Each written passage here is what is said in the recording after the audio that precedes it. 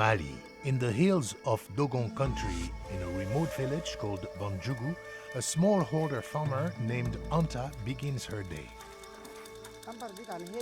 There are 7 people in my family. Each morning I wake up, prepare the children for school. Then I fetch 20 liters of water. The water source is a kilometer away in a deep canyon. Then I tend to my onions. In the afternoon, I cure the millet for the evening meal. When it's time to sell her crops, it's another long trek. I have to cross 3 valleys to get to the Kokola market. The market is not easy.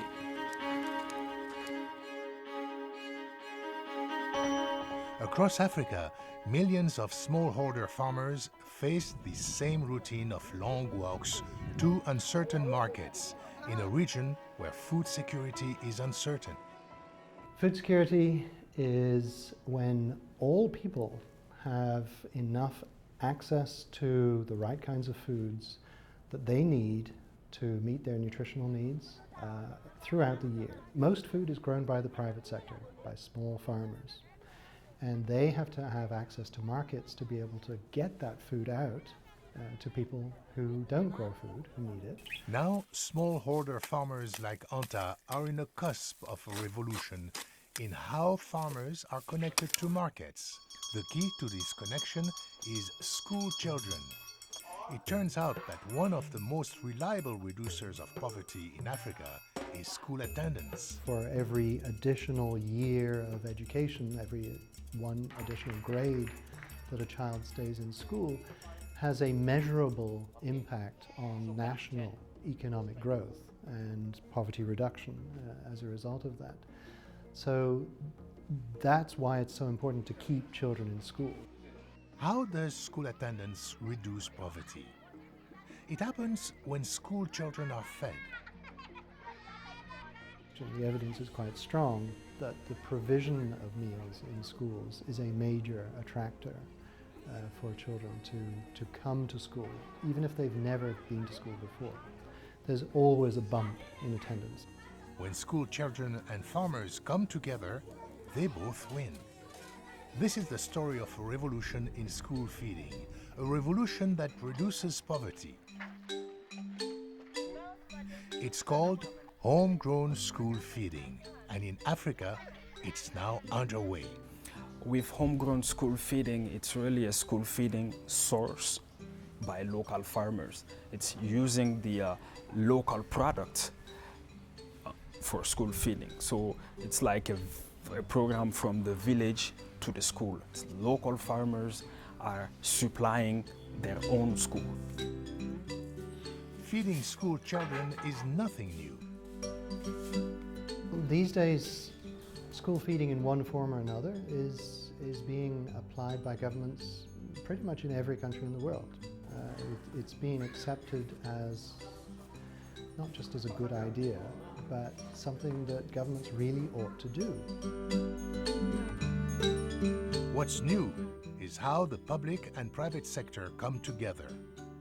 Homegrown school feeding uses national governments to purchase food from local smallholder farmers to feed school children and reap the benefits.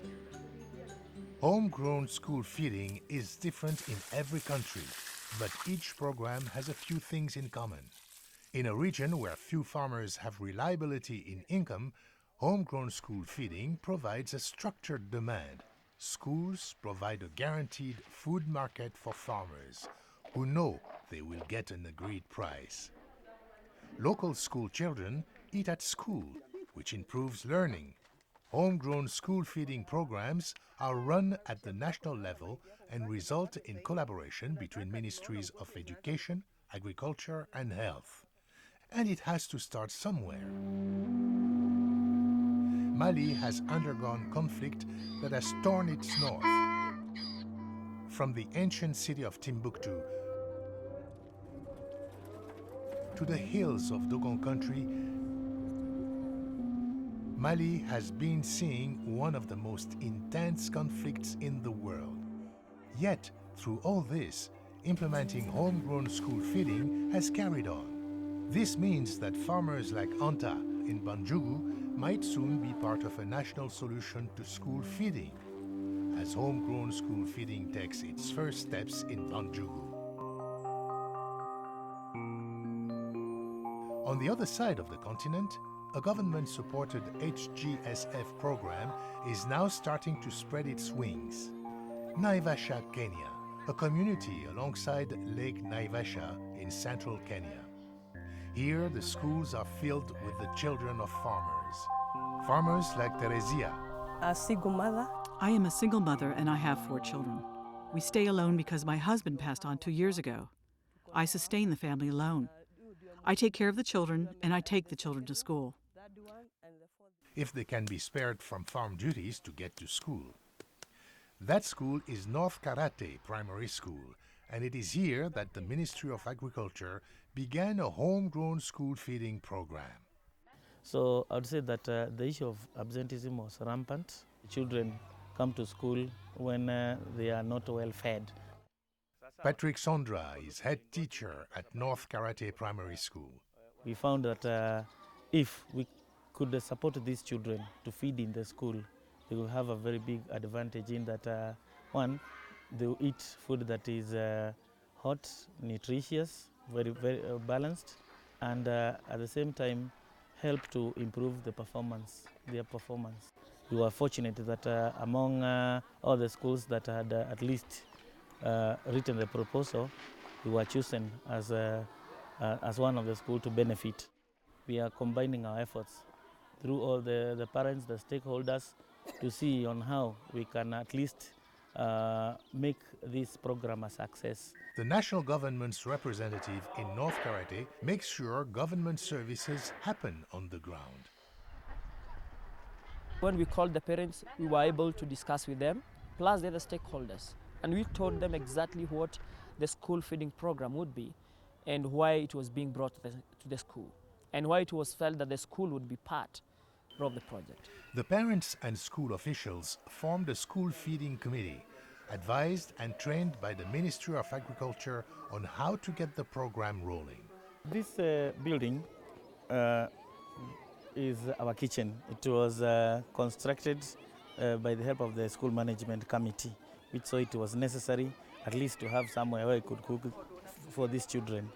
And this is how they came about, soliciting for funds and constructing it. The HGSF program not only buys from local farmers, it also teaches them how to increase their crop yields. Farmers like Teresia. I have learned how to till the soil, how I should divide the farm, how to separate the crops, to separate the beans from the maize. I will not wander around looking for kales to buy in the market. Now I go to the farm and pluck some and cook for my children, and they sleep well. Better farming has led to better food, and the school in turn needed to hire 2 new cooks. Among the so many applicants who wanted us, these posts of the cooks, the one called Teresia, who is one of our committee members, she got the job. This job is good, and I have benefited. I am not worried where to get money or to find the next meal. Which means Teresia's children are attending school instead of tending the farm. Attendance at North Karate Primary School has gone from 70% to 90%. And Teresia now has a full-time job as a school cook. In Teresia, all aspects of homegrown school feeding come together. She's a smallholder farmer, a mother of children in the school, and an employee of the school. My first salary, I built this house for my son, and my next one took him to school, and that is what has educated him till today. As it moves into subsequent years, homegrown school feeding takes hold, paying dividends to the community. Back in Mali, a village called Diabolo has taken everything a step further. A smallholder farmer named Mariam is preparing to go to the market. We used to go for market day to trade crops. It was a very hard journey. It is a 10-kilometer trek by hired donkey cart to a teeming marketplace in Djenné, in front of Mali's most famous landmark, a mosque that is the largest mud structure in the world. For years, this has been Mariam's expensive and time-consuming routine to get her crop to market. But this routine and her life is about to change. That's because Mariam has just been selected by Diabolo's school to provide its meals, which means the children here will eat fresh, nutritious, locally grown food. And Mariam's new market for her crop is now 10 minutes away, not 10 kilometers. This is homegrown school feeding in action. In the past, the school meals came from overseas. At that time, we didn't even know the food was coming from abroad. But with time, we came to understand and were disappointed. Like in Kenya, with government support, the school formed a feeding committee to look into using local food in schools. We were not sure of the quality of the food that was brought by those organizations. It wasn't the taste we wanted. With the local product, we are getting the taste we want. It's no surprise that children prefer home cooking. So the committee took bids from local farmers to provide food for the schools. Their school management committee, they have a call for bid program, and farmers have to apply for the bid. They make an announcement in the village. The people who are interested write their name on an envelope. This year I was chosen. I was lucky. It's more than just assuring that food is locally grown. It ensures transparency and avoids corruption. The tenders are published, the bid amounts specified, and quality control inspections at the school level ensure that the program funds school feeding only. And if you are accepted, you bring your product, and they have a technical agricultural agent come to their school, really inspect the cereals supplied by local farmers, see if they are proper for consumption. And when Mariam's food passed the test, she became one of the providers of nutritious, locally grown food to Diabolo's school children. The school feeding program is important because this is a farming town. It's good to have a closer market. We can control the quality and ensure it is healthy. And school attendance is rising. It's good for the farmers to know that the food they grow helps children to come to school. And for Mariam, the days of unreliable prices at faraway markets are gone. I am very happy, like a dream. You don't make big money, but you are sure that you are not losing any money. This program is changing their lives. They are proud. Now we have a kind of security. The program was designed by Mamoudou Doumbia from Mali's Ministry of Education. The school is really a success story. Before there were only 20 kids, and now there are over 206 classrooms with 7 teachers. This is a success that needs to be supported even when partners withdraw. In Diabolo, homegrown school feeding is underway. Children are being fed, and the farmer prospers. Can homegrown school feeding extend throughout Africa? Back in Western Kenya, one school thinks it is ready. Bukusi Primary School in Kakamega in Western Kenya. 2 years ago, it was just another school in a region where 2/3 of the population lives in poverty. This region is an agricultural region. Most of the people actually are peasant farmers. Small scale, they just produce enough to feed themselves and not throughout the whole year. So it is actually feeding from hand to mouth. Regina teaches at the school. The children in this school have gone through turbulent times because there are times when we have no harvest. Before, children had to go home to get their lunch. Others would just stay in class with no lunch, and some had to leave their homes even without breakfast, and they have to stay at school the whole day without any meal until in the evening when they go back home, and they are also not assured of having a meal. One of those hungry students was Audrey. Audrey is a hardworking student, but 2 years ago she lost the parent, and it was very difficult for her. But thanks God, the uncle took her, and they stay with the uncle, who is just staying near the school. It's a stone throw from the school. That uncle's name is James, and he's a smallholder farmer. I was not able to help her much. I was doing small-scale farming that was not doing well. I had problems planting maize. I never knew how to space the crops. I used to plant randomly. Just as he came to Audrey's rescue, Audrey one day came to her Uncle James with news that would change their lives. Audrey came and told me that the school wanted to start a school feeding program. It was true. Head teacher Moses Mete had made the proposal to the Ministry of Education. I filled the proposal. After some 2 months, they came back and told me, your school has won, you'll be given the program. When I heard of this feeding program, first of all, it came like a dream. And I was like, is it a reality? But indeed, when it started, it was like, it's like a miracle that has just happened. But it's a miracle that grows out of hard work. I applied for the tender to supply food to the school, and the school told me to go for training first. I was taught on how to space my crop and the quality of the seeds to use, and how to portion the fertilizer when planting. On nutrition, we were taught on diversification of foods, to include foods that add energy and vitamins such as beans. These better farming skills increase rural development. I started to yield more on my farm.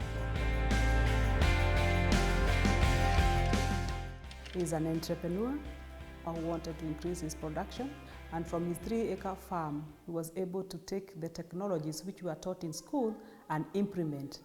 The reliable structured demand for his crop has changed James' life. The output of his farm is up more than 500%. When I started, I produced 18 bags of maize, and then progressed to 32 bags, then 50. Then I reached 86 bags last year. Today I have 100 plus bags. In school, Audrey, who once went hungry, is getting fed. In the last exams, she was actually position 3. I see she has a lot of potential, that even in the national exams, she is likely to perform very well. Audrey is not an isolated case. In the 2 years since the school feeding program began, Bikusi Primary School has been transformed. In Kakamega, Bikusi Primary School, they were able to increase their performance index from 242 to 276, which is quite substantial, which means that more children were able to access secondary schools instead of them dropping and going back to the village. And we were awarded a certificate of best improved school in the district. And this lunch assisted the children to improve. The question of malnutrition, it is not there. And James the farmer is not finished learning either. Through the school feeding program, the Ministry of Agriculture has also trained him on how to store grain. That has boosted the price he gets. The training on storage has helped me when I harvest. I store my grain and wait for when the prices are at a higher profit. This surplus he can sell outside the school and increase his profits. And James is reinvesting his profits in better farming and a better life for his children. I used to live in a small mud house, but since the program, I was able to build a bigger stone house. The structured demand of homegrown school feeding has allowed James to invest in his farm and increase his productivity, selling not just to the school, but everywhere. This is how homegrown school feeding works. increasing skills and the development of rural communities. Kakamega area, there are a lot of more farmers taking up technologies of improved use of fertilizers and quality seeds, and they have been able to produce more food. So increasing food security has been also a major benefit. I feel good when I see my child eating this food. I see her health improving. The evidence that school feeding works is clear, but school feeding is complex and challenging. It's not one size fits all. School feeding programs need to be designed to meet their local needs and constraints. Gathering empirical evidence of what's working and what isn't is crucial. Innovation and technology can help governments implement homegrown school feeding programs that meet their needs. There's even a web app that gives local farmers critical information on their meal ingredients quantity and price. This kind of innovation could make homegrown school feeding easier than ever to implement. In fully realizing homegrown school feeding, the government's support of the program is critical. Governments are simply connecting the dots, that by getting their own children into school early, keeping them there, having them come out as more productive adults, as well as more productive parents, is essential to the future of their countries. The way my government did it, we wanted to create a cycle. So we said we should make school feeding home-based. We should use the foodstuffs that are indigenous to the community. And so with this, we created the cycle of helping the small farmer in the village sell the produce, and then the mother also gained some employment, and the child got the benefit of good meal. Many groups are working with the Partnership for Child Development and national governments to improve school feeding systems in Africa and seeing results like James all over the region. No matter where they are in Africa, farmers who can't sell enough crops for a good price are less likely to send their children to school. Children who do not attend school are more likely to get poorer. With homegrown school feeding, this vicious cycle can be stopped. Farmers like Anta, Teresia, Miriam, and James have a reliable market with good prices. Their children go to school where they eat and learn. And in the end, the farmer and the school child have both won.